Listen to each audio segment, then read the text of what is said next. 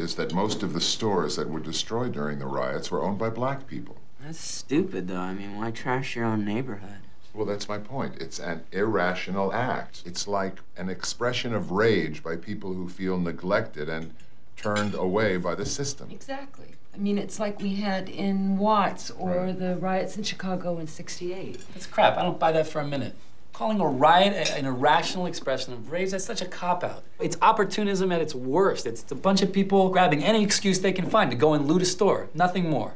You know, the fact that these people ripped off the stores in their own communities, all that reflects is the degree to which these people have absolutely no respect for the law at all, and certainly no concept of, like, community or civic responsibility. Wait a minute. White people commit crimes against white people, too. Yeah, but they're not offing each other in record numbers all over America. Look at the statistics, for Christ's sakes. It's 1 in every 3 black males is in some phase of the correctional system. Is that a coincidence, or do these people have, you know, like a racial commitment to crime? Not only that, they're proud of it. Well, maybe it says something about prejudice in the judicial system. Yeah, if you want to talk about criminal statistics, you might want to take a look at the social inequalities that produce them. Yap. You know what? That's exactly what I hate. Because what you're doing, Davina, is taking one thing and calling it something else and just, you know, alleviating the responsibility that these people have for their own actions. You know, it's like saying, it's not a riot, it's rage. It's not crime, it's poverty. That's just nonsense. It's bullshit. You know, it's exactly what happened in this trial, too, because the media twisted things around so people got all focused on, you know, these cops and whether or not they were going to get convicted and whether Rodney King's civil rights had been violated. I mean, everybody lost sight of old Rodney King himself. I mean, the guy's a multiple felon. By his own admission, he's high as a goddamn kite, driving 120 miles an hour down the highway. He gets pulled over by a bunch of cops, and he attacks them.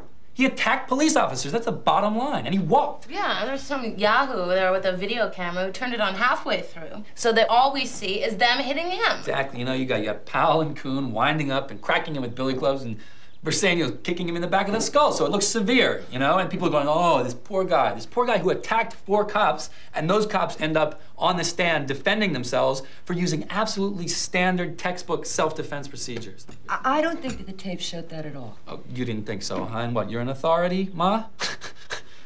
Murray, what do you think? Well, I did think that the police used their clubs rather excessively. Who are you to say what's excessive? I think it was totally appropriate. I think they're in a better position to make that judgment call than you are. In fact, we as society grant cops a certain amount of authority to make those calls because we acknowledge that their job is difficult and dangerous. You know, unfortunately, very few people respect that authority. Look who's talking about respect here, Mr. Junior KKK. Oh, what? KKK. What? You know what? You want to go to college, Derek. Davina? You should learn to listen. Derek. Okay? And say, I respect Derek. the laws. I acknowledge a cop's authority. I don't respect any